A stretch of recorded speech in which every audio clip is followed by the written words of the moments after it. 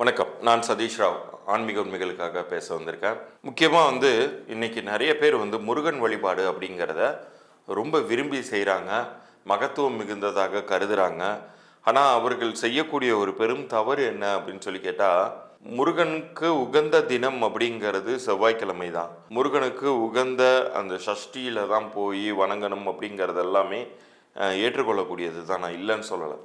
ஆனால் போக போக என்ன ஆகுதுன்னு கேட்டிங்கன்னா, மக்களுக்கு ஒரு வாழ்வாதாரம் இல்லாத சூழ்நிலையில், நிறைய சிரமங்கள் இருக்கக்கூடிய சூழ்நிலைகளில், எதை தின்னா பித்தம் தெளியும் அப்படிங்கக்கூடிய சூழ்நிலைகளில் கரெக்டாக இந்த கிழமையில தான் போய் கும்பிடணும், அப்போ தான் நமக்கு பலன் கிடைக்கும் அப்படிங்கிற மாதிரி ஒட்டு மொத்தமாக போய் ஒரு செவ்வாய்க்கிழமைகள்லையோ ஒரு சஷ்டிலேயோ மொத்தமாக போய் அந்த கோயிலில் குழுமி அங்கே போய் கூட்ட நெரிசலில் சண்டை போட்டுக்கிட்டு ஒருத்தருக்கு ஒருத்தர் திட்டிக்கிட்டு ஒரு நிம்மதியே இல்லாமல் சாமி கும்பிட்டுட்டு வருவாங்க.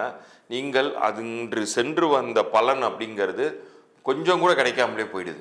உண்மையிலே முருகன் அப்படிங்கிற தெய்வம், முருகன் அப்படிங்கிற கடவுள் முதல் சித்தராக நம்ம முன்னோர்கள் வழிபட்ட அந்த தமிழ் கடவுளை நீங்கள் முழுமையாக உணரணும், அந்த வைப்ரேஷனை முழுமையாக உங்கள் வீட்டுக்கு நீங்கள் எடுத்துகிட்டு வரணும் அப்படின்னு நினச்சிங்கன்னா, நீங்கள் செவ்வாய்க்கிழமைகளில் போகும்போது மட்டும்தான் அந்த சக்தி அங்கே இருக்க போகுது. அப்படின்னா நீங்கள் முருகனையே அவமதிக்கிற மாதிரி தான். நீங்கள் செவ்வாய்க்கிழமையில் போனால் மட்டும்தான் முருகன் சக்தியோடு இருப்பார் அப்படின்னு சொல்லி அந்த கடவுள்கிட்டே போய் நீங்கள் வேண்டும்போது எப்படி இருக்கும் யோசிச்சு பாருங்கள். ஒரு சிரிப்பாக இருக்காது, நகைப்புக்குரியதாக இருக்காது.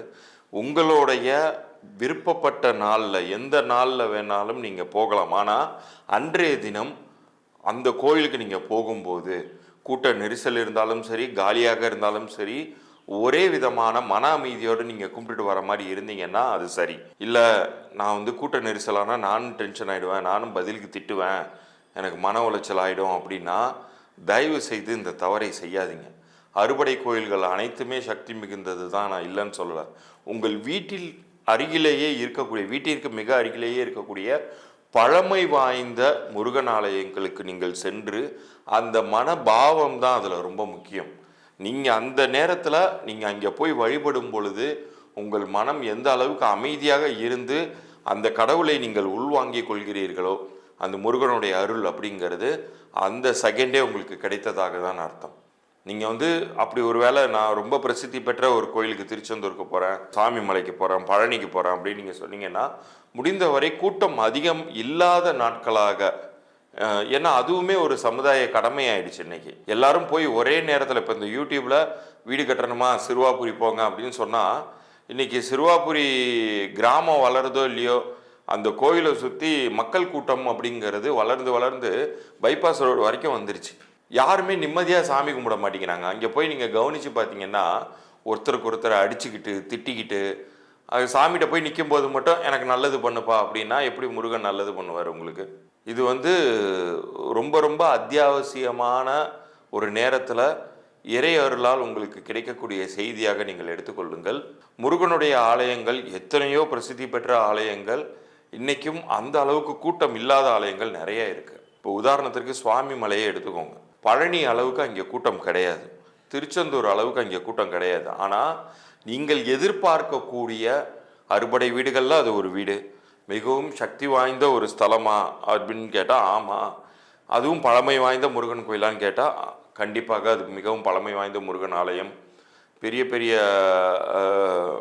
முருகனுடைய அருட்தொண்டர்கள் பாடிய புண்ணிய ஸ்தலம். அது போன்ற பாடல் பெற்ற ஸ்தலமான அது மாதிரியான ஒரு ஸ்தலத்தை தேர்ந்தெடுத்துட்டு நீங்கள் போய் வேண்டிட்டு வந்தாலும் உங்களுக்கு வீடு வாசல், உங்களுடைய குடும்ப கஷ்டங்கள் எல்லாமே தீரதான் போகுது. ஆனால் நீங்கள் அங்கே போய் அந்த வேண்டக்கூடிய அந்த சூழ்நிலை, உங்களுடைய பாவனை முழுக்க முருகன் மேலே மட்டும்தான் ஃபோக்கஸ்டாக இருக்கணும். எந்தவித ஒரு காழ்ப்புணர்ச்சியோ, அடுத்தவங்களை நீங்கள் கண்ணியமற்று பேசுவதோ அல்லது ஒரு மன உளைச்சலோடு போய் நீங்கள் வேண்டீங்கன்னா தயவு செய்து அந்த பயணத்தை தவிர்த்துடுங்க.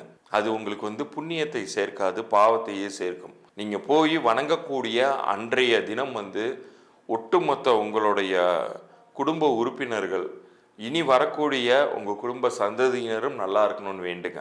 சர்வோ ஜனத்து சுக்கினோ பவந்துன்னு சொல்லி தான் அந்த ஸ்லோகங்களே சொல்லுது.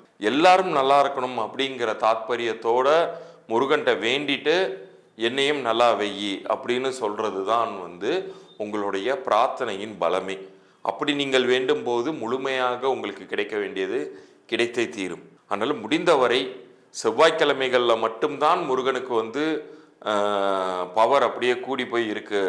மற்ற நாள்லலாம் அவர் ஆர்டினரி மேன், அன்றைய ஒரு தினம்தான் அவர் சூப்பர் மேன் அப்படின்னு சொன்னால் நம்மளை போன்ற அறிவிலிகள் வேற யாருமே கிடையாது, முட்டாள்கள் வேற யாருமே கிடையாது. முருகனையே நீங்கள் அவமதிக்கிற மாதிரி தான். அதனால் இப்போ நான் சொன்ன இந்த கருத்தை யோசிச்சு பாருங்க. ஏதோ போகிற போக்கில் சொல்கிறதா நீங்கள் தயவு செய்து எடுத்துக்காதீங்க. இது இறைவன் கொடுக்கக்கூடிய ஒரு செய்தியாகவே நீங்கள் எடுத்துக்கோங்க.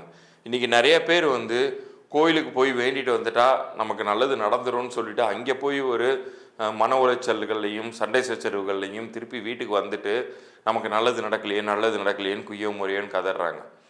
மறுபடியும் சொல்கிறேன், நீங்கள் அங்கே போய் நின்று வேண்டக்கூடிய அந்த சூழ்நிலையில் இருக்கக்கூடிய பாவனை, உங்களுடைய மனநிலை ரொம்ப முக்கியம். முடிந்தவரை ரொம்ப ஃப்ரீயான டயத்தில் மன உளைச்சல்கள் ஏதும் இல்லாமல் நிம்மதியாக போய் அந்த சாமி சந்நிதியில் நின்று வணங்கிட்டு உடனே பிரகாரத்தை சுற்றி முடித்த வேகத்துக்கு வெளியில் வீட்டுக்கு ஓடணுங்கிற மாதிரி இல்லாமல் அந்த சந்நிதிக்கு பின்னாடி போய் ரொம்ப நேரம் உட்காந்து நிம்மதியாக ஒரு குறைந்தபட்சம் ஒரு 10-15 நிமிடங்களாச்சும் நீங்கள் தியானம் பண்ணிட்டு வரும்போது முருகனுடைய பரிபூரண அருள் அப்படிங்கிறது கிடைக்கவே செய்யும். அதுலேயும் குறிப்பாக இப்போ நான் கொஞ்சம் நேரத்துக்கு முன்னாடி சுவாமிமலை முருகன்லாம் பார்த்தீங்கன்னா, இந்த சிறுவாபுரி அப்படிங்கிறது இன்றைக்கு அறியப்படுது. அந்த காலத்திலேருந்தே 1000 வருஷங்களாக இருக்கக்கூடிய ஒரு மிக பிரசித்தி பெற்ற சந்நிதி. முருகனுடைய மலை கோயில்கள்லேயே மனிதர்களால் குன்றாக உருவாக்கப்பட்டு வணங்கப்பட்ட ஒரு இடம் அப்படின்னா சுவாமிமலை முருகன் தான். கட்டுமலை அப்படின்னு சொல்லுவாங்க. செயற்கையாக அந்த குன்றை உருவாக்கி அதன் பிறகு வழிபட்டாங்க. மிக மிக பவர்ஃபுல்லான பிளேஸ். அங்கே நீங்கள் போய் வழிபட்டு வரும்போது அங்கேயும் உங்களுக்கு அதே அளவுக்கான ஆசீர்வாதங்களும் உங்களுடைய வாழ்க்கையில் முன்னேற்றங்களும் கண்டிப்பாக கிடைத்தே தீரும். உங்களில் யாருக்காச்சும் ஒரு வாழ்க்கையில் முன்னேற்றமே இல்லை அப்படின்னு இருக்கும் பொழுது இது மட்டும் பரிகாரமாக எடுத்துக்கொள்ளாமல் எண்கணித ரீதியாகவும் உங்களுடைய பிறந்த தேதியின் கூட்டு எண்ணிற்குரிய பெயர் அமைஞ்சிருக்கா அப்படிங்கிறத கிராஸ் வெரிஃபை பண்ணிக்கோங்க. அதுக்கு நான் இலவச பொது பலன்கள் தரேன். அதில் வந்து உங்கள் தற்போதைய பெயர் எந்த அளவுக்கு பொருந்திருக்கு அல்லது பொருந்தலை, தற்போதைய பிறந்த தேதி வந்து அதனுடைய குணாதிசயங்கள் என்ன அப்படிங்கிறதெல்லாம் நீங்கள் இலவசமாகவே என்னுடைய பதிவின் மூலமாக தெரிந்து கொள்ளலாம். அப்படி உங்களுடைய பெயர் பொருந்தலைன்னா அது என்ன மாதிரியான பலன்களை கொடுத்துக்கிட்டு இருக்குன்னு நான் சொல்லுவேன். அது உண்மையாக இருக்கிற பட்சத்தில் என்னுடைய கட்டண சேவையை நீங்கள் எடுத்துக்கொள்ளலாம். அது உங்களுடைய விருப்பம். உங்களுடைய குழந்தைக்கு நீங்கள் பெயர் வைப்பதாக இருந்தாலும் நீங்கள் உங்கள் குழந்தையுடைய பிறந்த தேதி நேரம் அனுப்பி அதற்கான தகவல்களை பெறலாம். வியாபாரம் சரியாக போகலை அப்படின்னா வியாபார பெயரையுமே நீங்கள் எனக்கு அனுப்பி விடுங்க. உங்களுடைய யார் அந்த வியாபாரத்தை நடத்துகிறாங்களோ அந்த வியாபார ஓனரோடைய டேட் ஆஃப் பர்த்துமே எனக்கு கீழே தெரிகிற வாட்ஸ்அப் எண்ணிற்கு அனுப்பிச்சி விடுங்க. உங்களுக்கான இலவச பொது பலன்கள் நான் 3 நாட்களுக்குள்ளார அனுப்பி வைக்கிறேன். மீண்டும் அடுத்த ஒரு சுவாரஸ்யமான பதிவில் சந்திப்போம். நன்றி, வணக்கம்.